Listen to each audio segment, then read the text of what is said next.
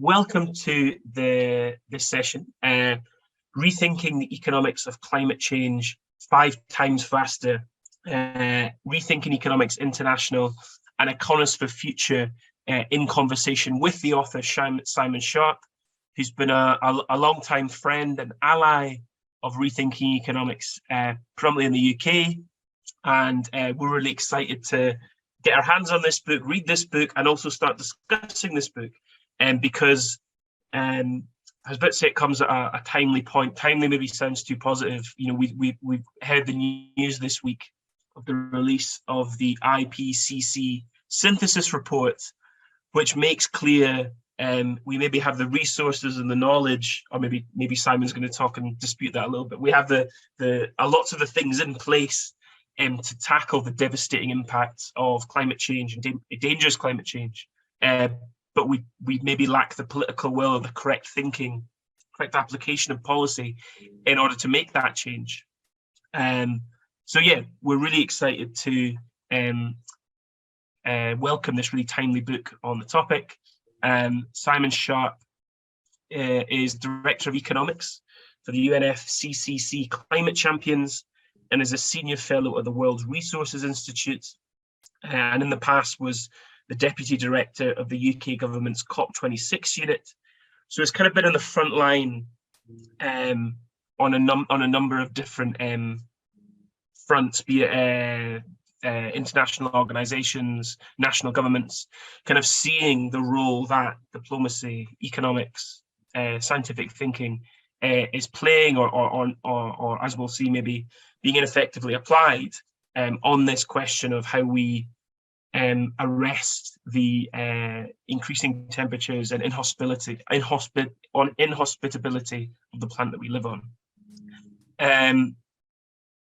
That's, I think, probably enough for me by way of introduction. My name's Ross, or I should have said, from Rethinking Economics International, and I'll be facilitating the session. Sonal, who's the other panelist on the screen with her screen off, is running tech support. So if you've got any questions or problems or issues, please direct them to her. But I think it's probably the best time to hand over to Simon yourself. Thank you so much, Simon, for coming along today. Okay, thanks, Ross. Hi, everybody. Thank you for having me. Really great to be with you. As Ross mentioned, I'm a big fan of Rethinking Economics. I think it's an absolutely inspiring movement. So huge appreciation for everything you do. So I'm going to focus on the economics part of my book, which feels appropriate for today. Let's just check I've got these. Yep, I can move through. So the book's called 5 times faster because we have to decarbonize the global economy 5 times faster this decade than we have done over the last 2 decades. That's in terms of annual rate of change in the emissions intensity of the global economy. So that's an absolutely huge acceleration. And surely we can't move that much faster if we keep doing everything the way we're doing it and thinking of it the way we're thinking of it. So what needs to change? I have a metaphor which is to do with the infrastructure of climate change. You think of a city, you see the stuff that is above ground, but there's a load of stuff you can't see that is actually determining how everything works. The things like the electricity cables, the sewage pipes, the oil and gas pipelines, all of that infrastructure.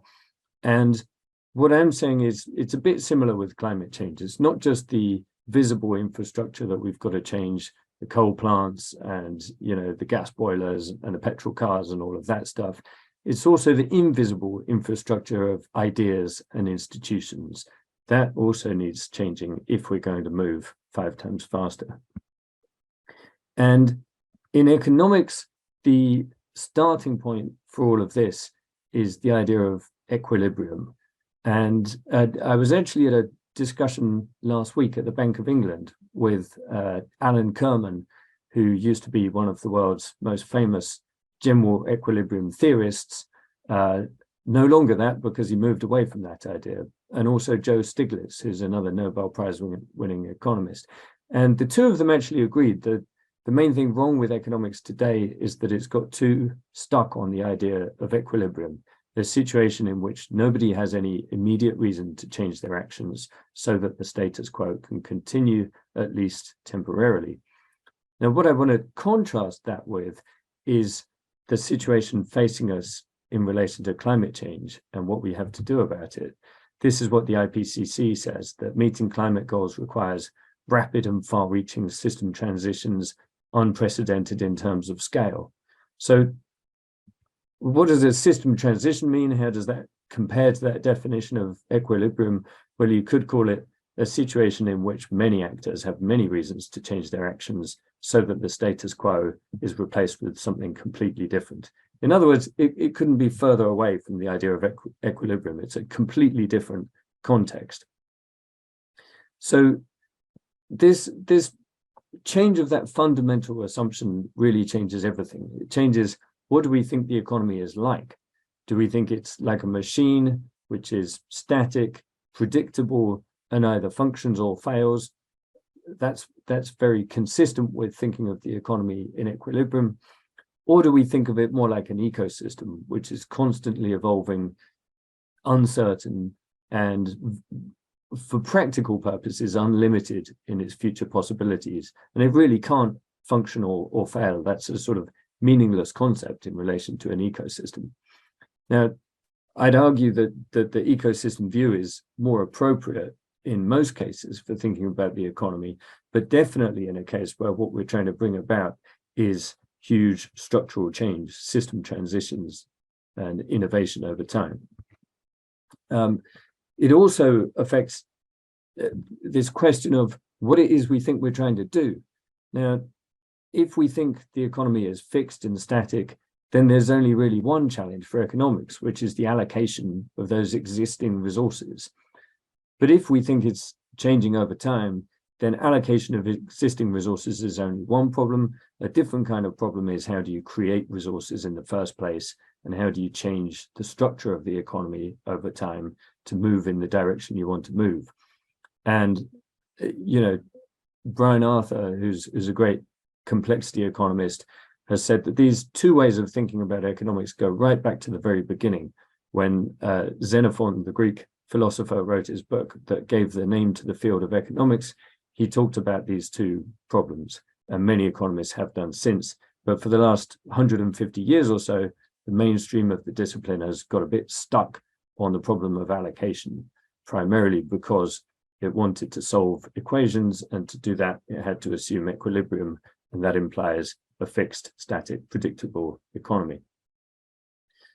But our problem with climate change is clearly the other kind. It's a problem of creation and change, a problem not of allocative efficiency, but of dynamic efficiency.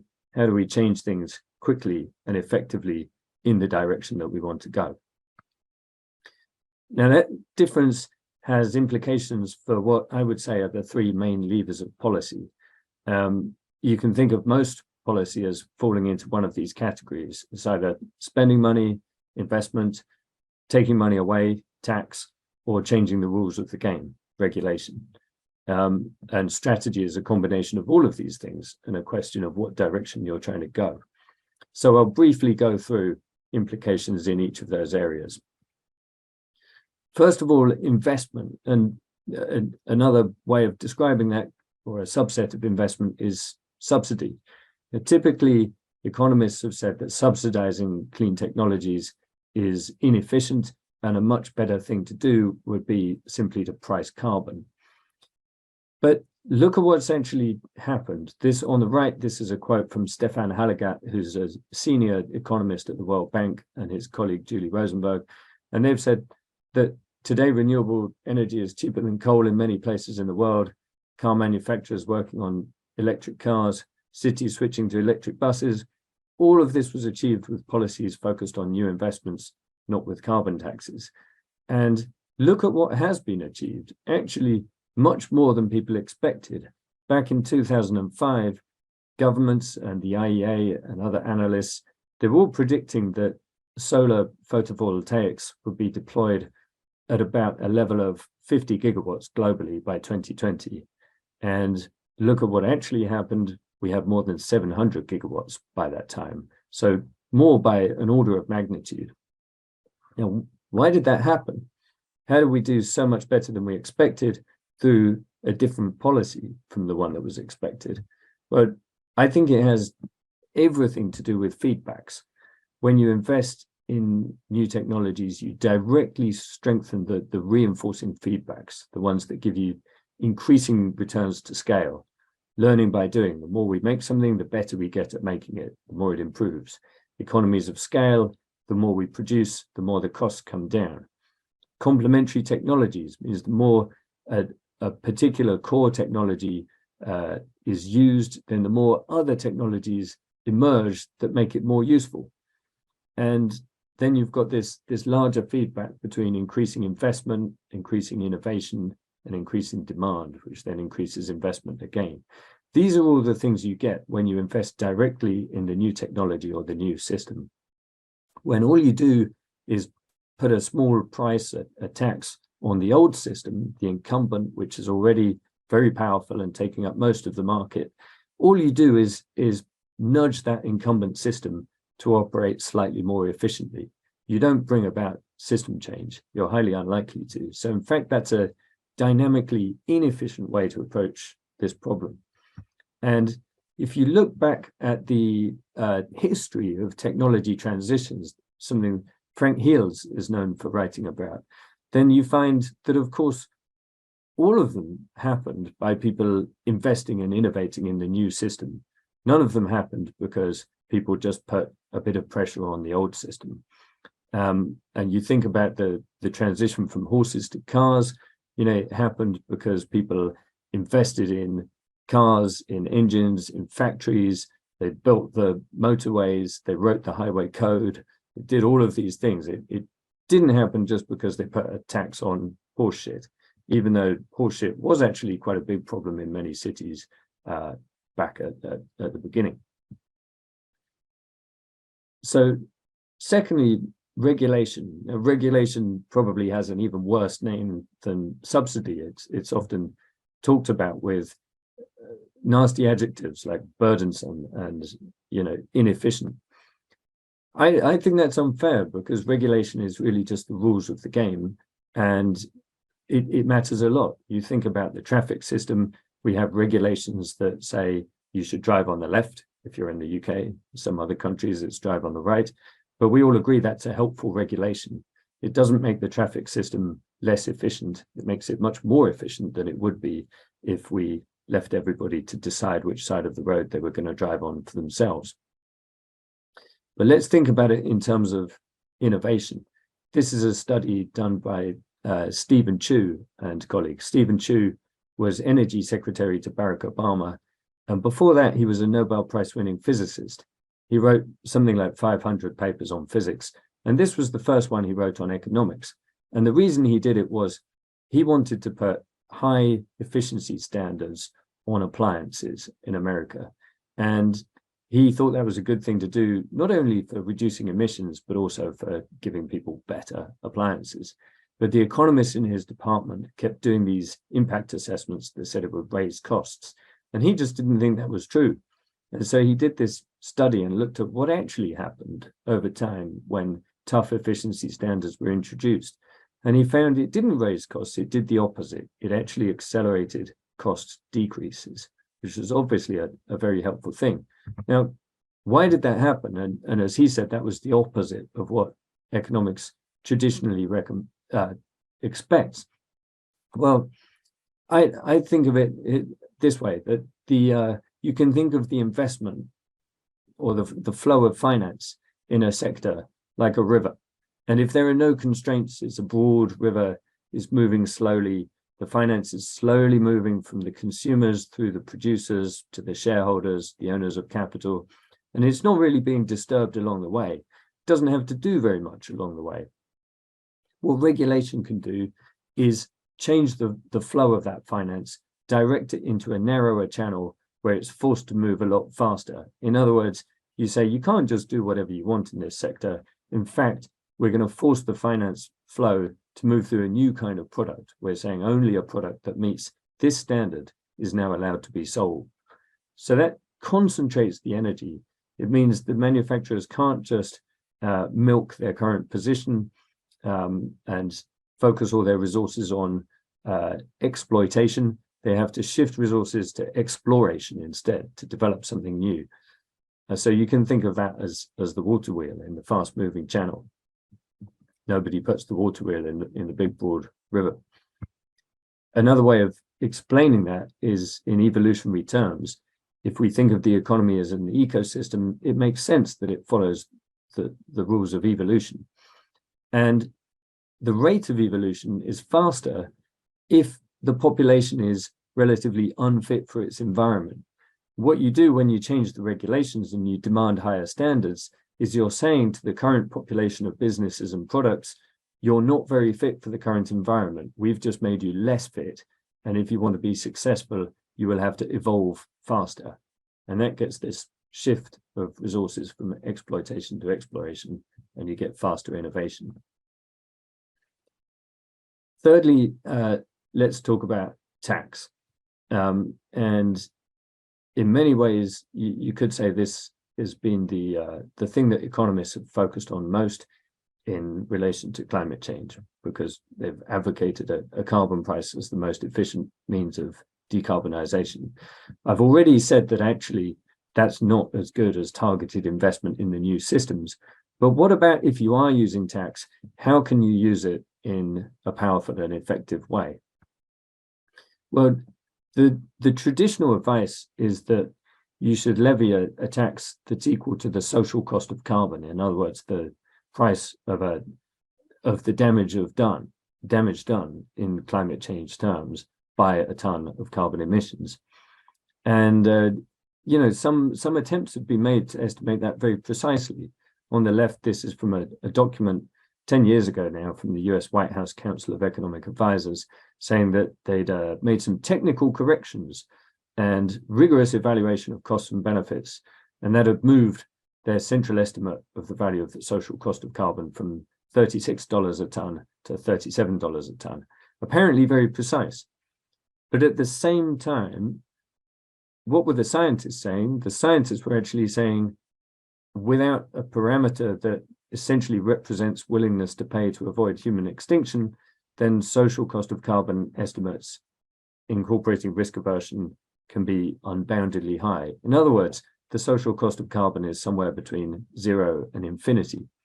Now, that's not actually very helpful as a guide to policy. So how can we think about it differently? Well, a better way, I argue, is don't think about the absolute price of carbon. It really doesn't matter. What matters is the relative price of carbon, and that matters in a particular sector.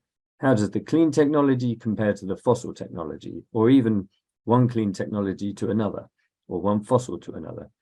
And think in particular about tipping points, places where these competing technologies are quite close to each other in their costs, in their competitiveness, and a small extra push in the right place could help one of them gain the advantage over the other one. And even better if that sets off some of those reinforcing feedbacks of innovation and investment and market growth. And actually, we find evidence that tipping points have been at the center of some of the world's fastest transitions so far. The UK has the world's fastest decarbonization of the power sector. And in many ways, we did the same thing as all the other countries. We subsidized solar and wind. We had a few air pollution regulations controlling the dirtiest coal. We had an emissions trading scheme like all of the EU has. There's one thing that was unusual, which was our fixed carbon tax in the power sector of about £18 a ton. And it just happened that this was enough to make coal power more expensive than gas. And so when renewables were growing, taking up a larger share of the market, they squeezed the space for coal and gas. The fossils had to compete amongst themselves over a shrinking piece of the market. And when coal got made more expensive than gas, then that flipped it in the merit order. The coal plants had to wait until the gas plants had generated before the coal plants could come on. And that made them unprofitable. And so many of them were closed down. And you see on the right-hand side that black line, that's the share of coal in UK electricity generation absolutely plummeted. And that's what's given us such a fast decarbonisation. The other example is in road transport, where Norway has by far the fastest transition to electric vehicles in the world. And they've managed it with many measures, a whole package of different policies that reinforce each other. But the one that their own electric vehicle agency says is the main reason why they're so successful is they've used a combination of tax and subsidy to make sure that electric vehicles are cheaper at the point of purchase than the equivalent petrol car. And you can see the effect that has had. So they've activated a tipping point there as well. Now, this is a much more hopeful view of the economics of climate change, because what you're looking at here is the traditional view. It's like the Greek myth of Sisyphus, that he keeps trying to push the rock of decarbonization up a hill, but he never really gets any higher. The higher you try and push it, the harder it gets, and it always falls back down to where you were before. But if we think of a transition in a more realistic way, then we see actually there is a top to this hill. You push the boulder up through this progression of different policies, R&D, public procurement, subsidy regulation, infrastructure investment, and finally a bit of tax is just enough to push it over the top. And then once you pass this tipping point, you find the new technologies are outcompeting the old in every way, that consumers want them, manufacturers want to make them, investors want to invest in them, and everybody's ditching the old technology. It doesn't mean it's all easy from there on. There are still bumps on the way down, but it doesn't get harder and harder forever. It actually begins to get less difficult. And of course, where you end up is somewhere better than where you started. We're not just moving to a worse economy. I think it's Cameron Hepburn who said, we have economic models looking at climate change. They're a bit like if you were standing at the beginning of the Industrial Revolution and you had models that told you it was going to be a slightly worse version of the agricultural economy. That's a bit like the models we have, but of course that's wrong. We'll be moving to a new economy that's better than the old one, not worse. Final point on this carbon pricing, tax and tipping points question is that traditionally it's recommended that the same carbon price should be used all across the economy. And of course that comes from the logic of allocative efficiency, that if you do this, then you'll find the emissions reductions wherever they can be found most cheaply. But if you think about it in dynamic terms, then you realize that that's a very inefficient way of doing things. That imagine your economy-wide carbon price is just enough to activate a tipping point in road transport. You'll be very happy with that, but it will be entirely ineffective for bringing about a transition in the steel industry. And in power and buildings, it may be completely inefficient, grossly inefficient, because you don't actually need anything like that level of carbon price to cross the tipping point in those sectors. In fact, in buildings efficiency, there may not even be a tipping point. There are cost savings to be had, but there are difficulties to be overcome to access those, which are not really to do with relative costs. So we've talked about the three main levers of policy. The last thing to talk about is strategy. How do we think about the direction that we're trying to move the economy in? And with the equilibrium view, the economy is fixed and it's self-optimizing. It automatically finds the best answer to everything. And if it's doing that, then the principle is that policy should be technology neutral. It shouldn't advantage one thing over anything else. But if we're thinking of the economy as an ecosystem, then we quickly realize that nothing is neutral. No intervention can possibly be neutral. You think of the complexity of an ecosystem with so many different inhabitants. Anything you do to it will advantage some more than others. And the same is true of the economy with all of its different technologies, just like an ecosystem. There's no way you can intervene in it in a way that affects all technologies equally. And we discovered this in the UK as we tried to design technology neutral policies. And at every step, we discovered that's not what they were.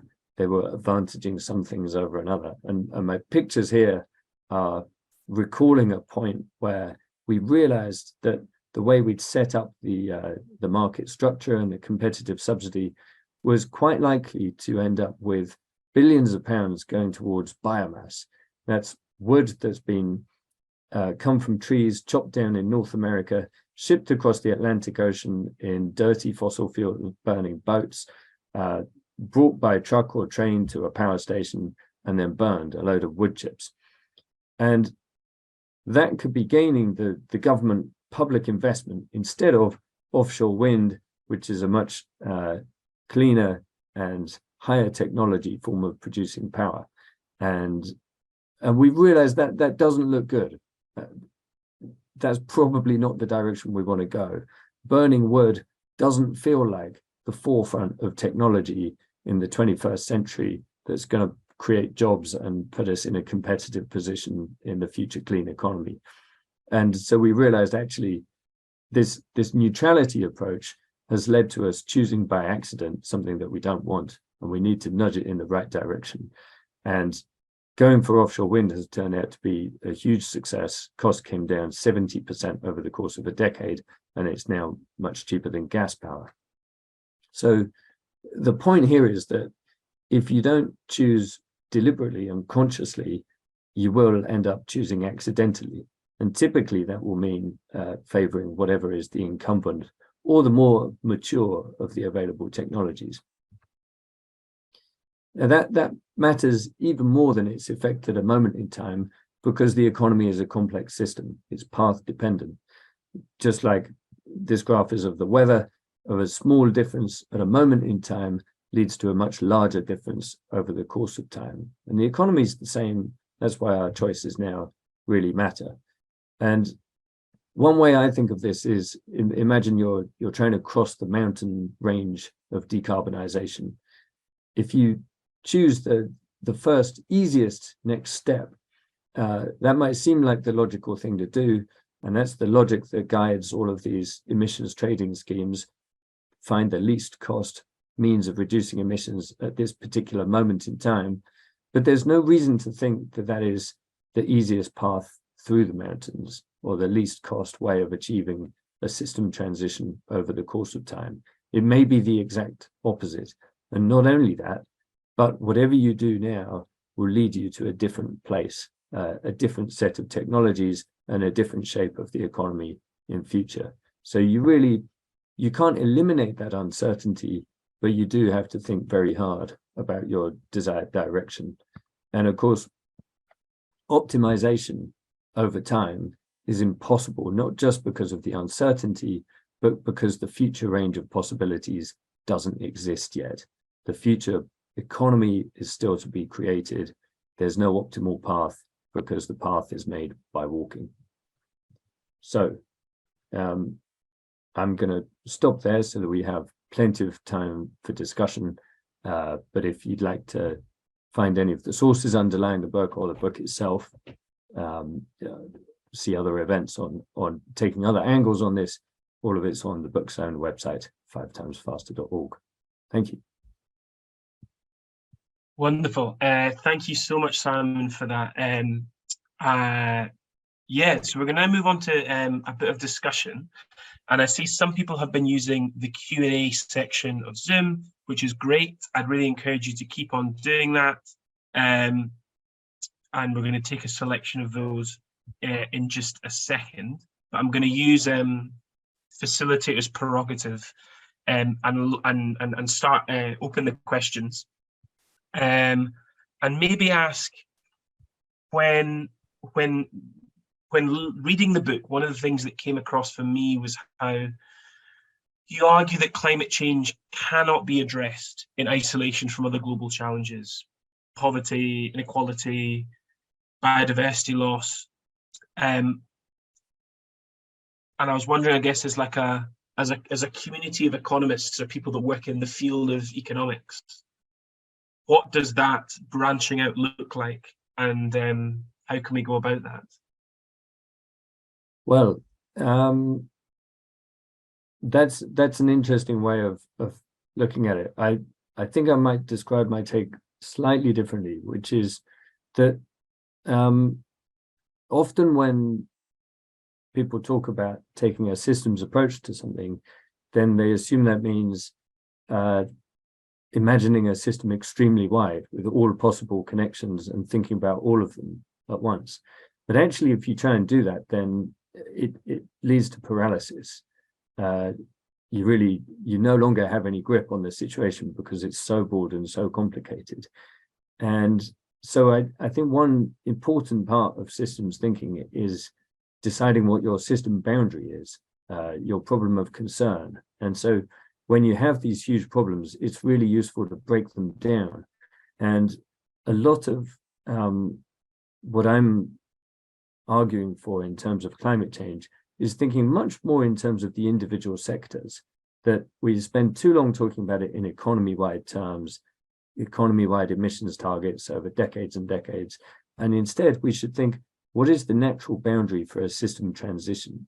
The natural boundary, I think, is around a system of production, consumption, and governance of a certain kind of good or service. In other words, an economic sector, something like the steel sector or road transport or electricity generation. So I argue for breaking it down that way. But I think maybe the point that you're alluding to is that when you do work with other countries or your own government or anyone you're trying to advocate to get these things changed, then you have to start from understanding what their interests are. And typically with most governments, in any policy question, reducing emissions comes about fourth on their list of priorities. And there's something to do with jobs, costs, and security that tend to come 1, 2, and 3. And so I think you have to engage with those interests and make those your starting point. And if you can show how those interests are met through actions that also help accelerate low carbon transitions, then you're into a zone of high leverage, which is good. Amazing. Thanks very much, Simon. So we've got a few questions in the chat, and maybe I'll start off. We'll take them just because we have the benefit of time. We'll take them one at a time. But I'd ask you to, I think the parlance is, keep it to a question rather than a long comment. If you have a comment or want to share thoughts, that'd be great. But please, we want to hear Simon's reflections and thoughts on what you've got to say. So please do keep on adding questions as we go. And we're going to go to Jonah. I think you've put a few questions down. If you want to pick out maybe one of those and ask it to Simon, that would be really great. I can invite you onto the panel if you'd like that, or yeah, would you like to be invited? Would you like to raise your hand if you invited on? Actually, I'll just invite you up. Great, thank you. Thank you so much also for having me on. I have to leave literally in 3 minutes, so I probably don't get to hear the answer to my own question. I'll look on the YouTube later, so very sorry for that. Very fascinating presentation.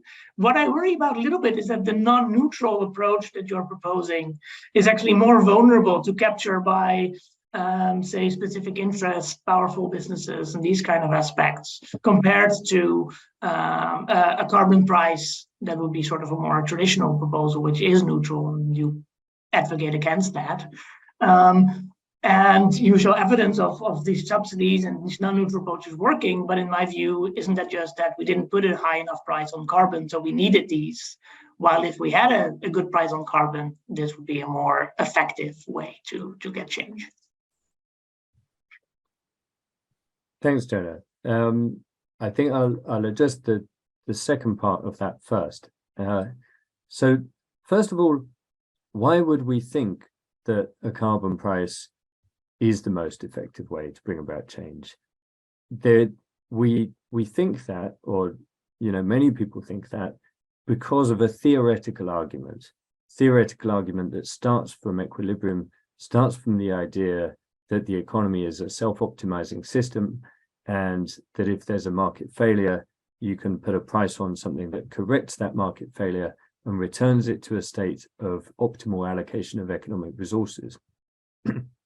That's why people think that carbon pricing should be the most effective thing.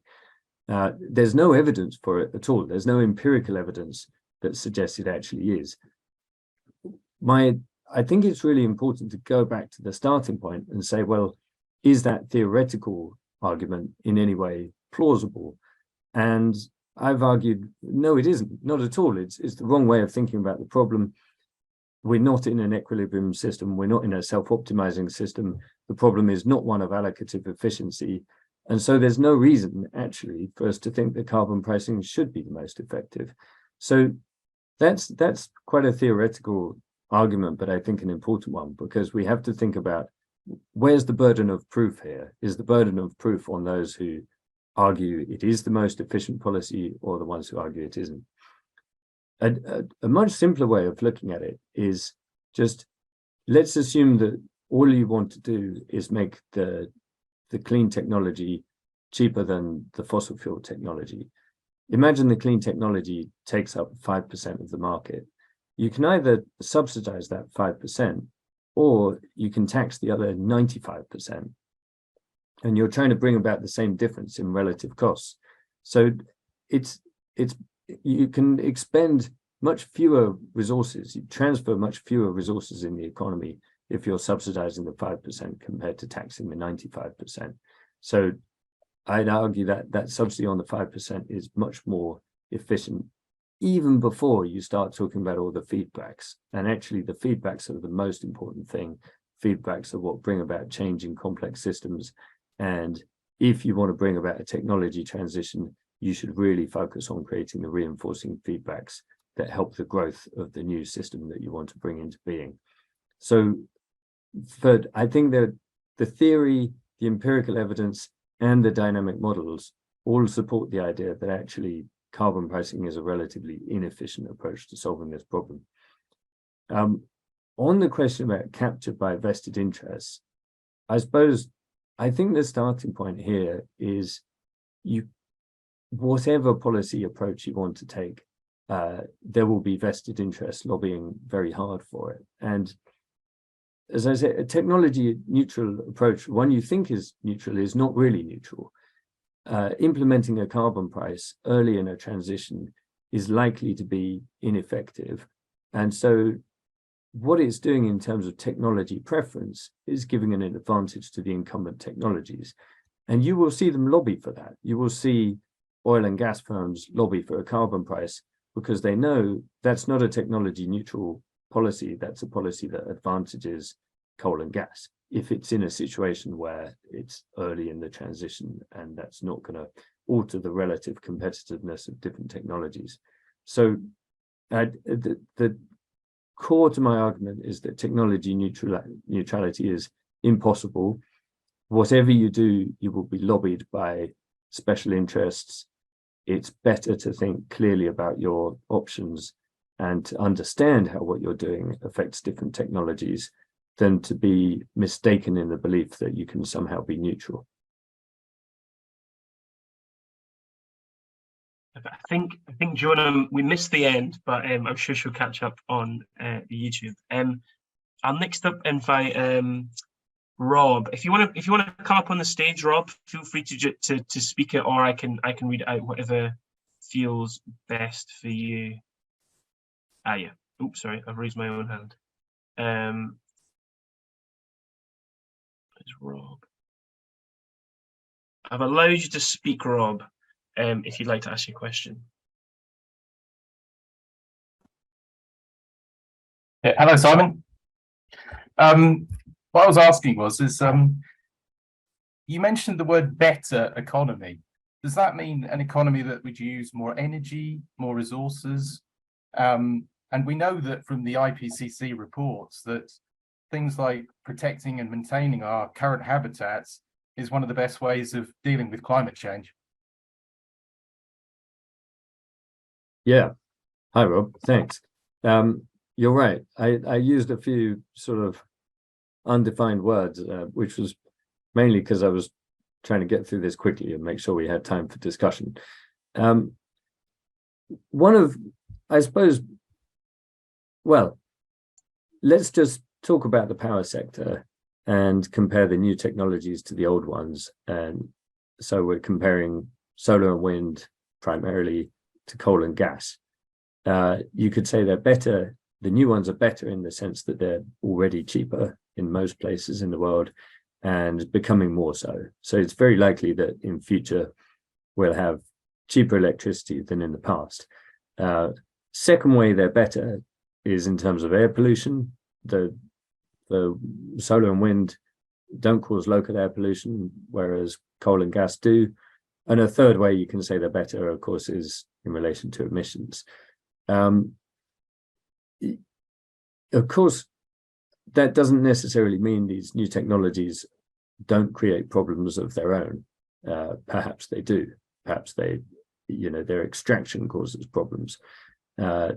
So I'm not arguing that the new economy or new set of technologies in any sector is perfect and solves all of our problems. As soon as we solve one set of problems, we create the next set. But if we're focused on getting emissions down very rapidly, then we have to understand that and we have to accept it and solve all of the problems that we can. So that's roughly the sense in which I'm saying it's better. And of course, in some sectors, we are not yet able to see what technologies there will be and in which ways they will combine to be better. In some sectors, that's still further off. But when you look across the energy and industrial sector as a whole, 3/4 of global emissions, then there's good work done, for example, by the Institute for New Economic Thinking and people at Oxford, showing you get savings of in the region of $10 trillion by moving to a clean energy system compared to a fossil fuel system. So, I think there's a reasonable case for saying that's better. Amazing. And then there's a question here from Daniel, who I think had to leave the session. But the question, I can read it out, is, do you think regulation disproportionately affects smaller companies since their budget for exploration is likely to be much lower? If so, how can regulation be designed to avoid this? Or alternatively, how should these businesses be supported? That's a good question. And I'm not sure. I think it depends what kind of regulation it is. So I think that I don't want to, certainly not saying all regulation is good or all regulation helps innovation. Some of it is necessary, but a pain in the arse. Regulation about filing tax returns or, there are lots of regulations that do add to the burden and the costs of running a business. And I think it's true to say that those kinds of regulations have a greater drag on small businesses compared to large ones because they can't afford to have a team of people whose job it is to figure out how to cut through the regulation efficiently. However, the kind of regulation that I'm talking about that has the potential to incentivize innovation, this is the kind that sets new standards, that says in this market, a different thing is going to be required from now on compared to what there was before. And I'm not sure at all that disadvantages smaller businesses. It disadvantages businesses that have a high degree of inertia. And in some cases, those could be the larger incumbents, the ones who don't really believe that the market is going to change radically. Whereas often startups are the ones who really want to come in and they want the market to change rapidly. And if they position themselves to benefit from that, then they can grow very quickly. So I think the question about regulatory design is not simple, but if you focus on regulations that force improvement in the direction you want to go to solve a problem, then I think it will be the innovative businesses, whether large or small, that you benefit, and the lazy ones will be the ones who find it difficult. Amazing, thanks. And I've had an anonymous question put forward, Simon, that I'll read out, and then Christopher will come to you after that. We're not quite at the end, but we're approaching the kind of final 50 minutes of this session. So if you've got a burning question in your mind that you'd like to ask, please put it on the question Q&A so we know it's there, and we'll hopefully have time to come to it. The question I've got here is, during your research for this book, what do you feel are some of the new approaches to corporate sustainability that are needed to accelerate progress? Or where do you see big businesses coming in? That's interesting. Well, you know, my background is in government, and so I mainly see these problems from a government perspective. But I do think that what I've written about has an important implication for corporate sustainability, which is, I would summarize it as saying that businesses should probably think less about their footprint and more about their leverage. And what I mean by that is sometimes you get, well, let me give an example. A university that spends a lot of time thinking about whether it should insulate its buildings better and put solar panels on the roof. Now, because, for example, it's got a net zero commitment and it wants to show how it can achieve that. Now, those are good things for all of us to be doing, but they're not the university's source of leverage. The university's source of leverage is it teaches people and it researches new ideas. Now, how is it going to make that helpful for climate change? How is it going to make sure that all of its courses help produce people with the right kind of skills for the low carbon transition, and that its top professors are really engaging their brains on solving the problems that we need to solve? And I think it's similar in the private sector. One of the best examples, I think, of a company that I can think of using its leverage is Volvo. Volvo has said it will do two things. One is shift all of its cars to all of its production lines so that it's making electric vehicles instead of petrol cars. And the other, they've realized that they have leverage over the steel sector. The cars are one of the biggest consumers of steel. And so they've said they want to buy zero emission steel. And that buying commitment is very powerful. When there are enough of those, eventually it'll be a strong enough incentive for the steel makers to actually invest in near zero emission steel production plants. So I think in every sector, the important thing is for companies to think about what is their leverage in the system that they're part of. What's the thing they can do that they're uniquely well positioned to do, and that's more important than thinking about their footprint. Although in many places there will of course be overlap between those two things. Thanks very much to whoever submitted that question. And now I'll give Christopher the opportunity to ask their question, and then we'll go to Nia before closing the session. So Christopher, if you'd like to ask your question.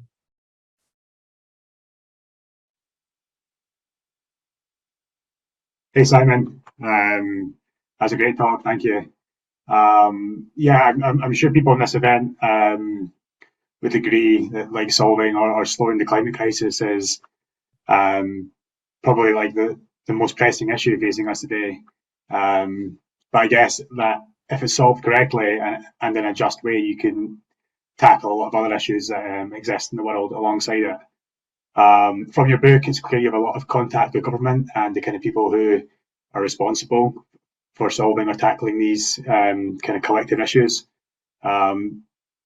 Do you think they see it as like a shared response and that solving climate can help to tackle a lot of other issues, or do you think they see it as climate is one thing, health is one thing, housing is one thing, and there's like a lack of almost joined up thinking that's, I guess, kind of constantly pushing climate to the back book to solve the things that are more pressing?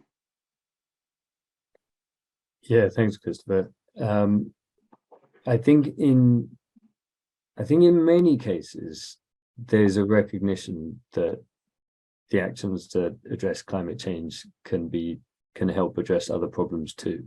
One of the best examples I've seen of this recently was from the US and the work that their government is doing on this slightly misnamed but still helpful Inflation Reduction Act. I went to a session at the last climate change talks, COP27, where they had quite a few city mayors and NGO people all on a panel talking about how they were working together with each other and with the federal government.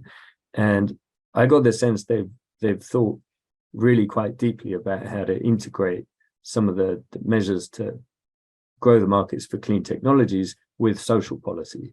And, you know, like having representatives of community organizations go to homes of people in low-income communities and help them understand how they can get grants from the government to do things that will help them have warmer houses and lower energy bills and that kind of thing. So I think that was a great example. It doesn't always happen, of course, but I think there's widespread recognition of that. The truth is, making policy is incredibly difficult anyway. It's much easier from the outside to criticize it for not happening or not solving lots of problems at once than actually doing it. And part of the reason government moves slowly is every decision affects so many different interests and so many different parts of society that you actually do have to think very carefully before you jump in and do something. So I'm not defending the slowness of government. There's also, you know, political lack of guts and all the problems that you'd expect. I suppose the reason I think it's so important to change the economics is that sometimes we fail to do the right thing for the wrong reasons, that we think a policy is going to add costs when actually it would reduce costs, or we think it's going to block innovation when actually it would accelerate innovation. And it's such a shame if what's holding us up is a misunderstanding rather than an actual, you know, difference of interests. And then finally, I'll invite Neha to ask her question, which is very, yeah, if you'd like, you should now be able to ask the question.